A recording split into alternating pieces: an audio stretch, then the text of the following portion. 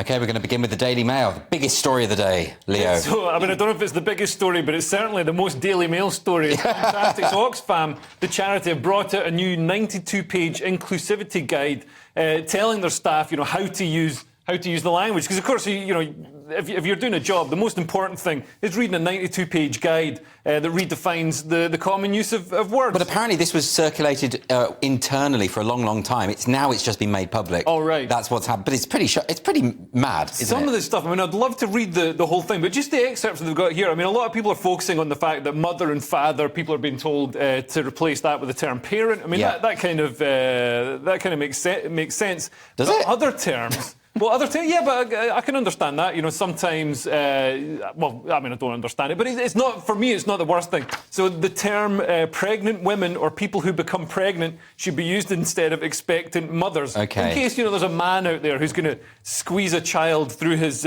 testes. There's instead of saying migration crisis or refugee crisis, which are terms that I'd have thought are used a lot by Oxfam, we've got to say migration as a complex phenomenon. Like it's some sort of... Are we talking about starlings here? So the thing about all of this, Steve, is, this is a very Western obsession, this idea of let's sort of curtail speech along these weirdly middle-class ideological lines. People in the developing countries aren't going to care about this stuff, or probably even understand it, are they? Yeah, very few people care about it. The only people who care about it are the kind of people who write 92-page guides on things. Sure. That's the problem. I think the aim of being inclusive is great, which is why I can kind of see the sense of saying parent as a general, because you don't really know who's in charge, I remember in the 80s... You don't know who the parents are these days. These days, yeah. You're so conservative, Steve. No, but I remember in the 80s, there was a move to not say mum and dad in case it was other guardians or something. There's an argument. It didn't catch on, did it? And that's not why they're doing it. But there are better things in this report, in this guide, including on race. This is the best thing I've ever read.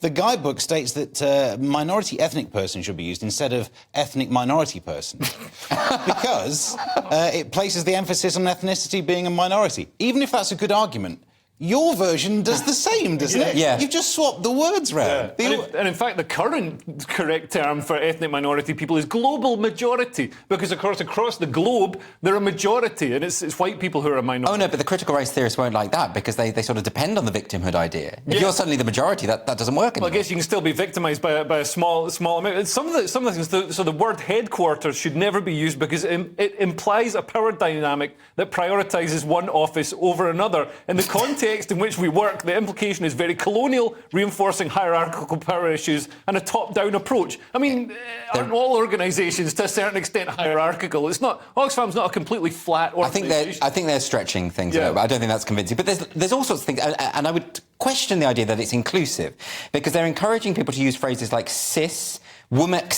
woman with an X in it as well. Now, these are specifically ideological ideas, and most people don't agree with them.